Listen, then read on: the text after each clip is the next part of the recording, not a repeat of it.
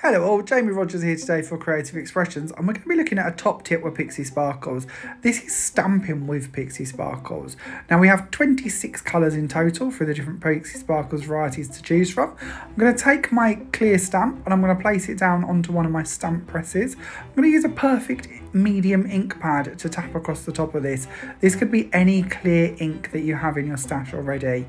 And then I'm going to take my Pixie Sparkles and I'm going to tap these out onto a piece of paper, so that I have like a palette of powder to go in and pick up on.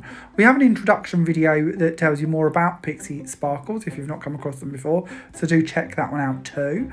I'm now going to take my stamp, and because it's been covered in the perfect medium, I'm going to tap it down into the powder and pick up a good covering over the stamp.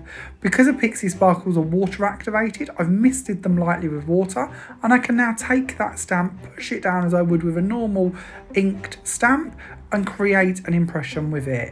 The nice bit about this is that not only do we have multi-tonal, we also have them large shards of mica, giving us a really lovely sparkle once our image has dried.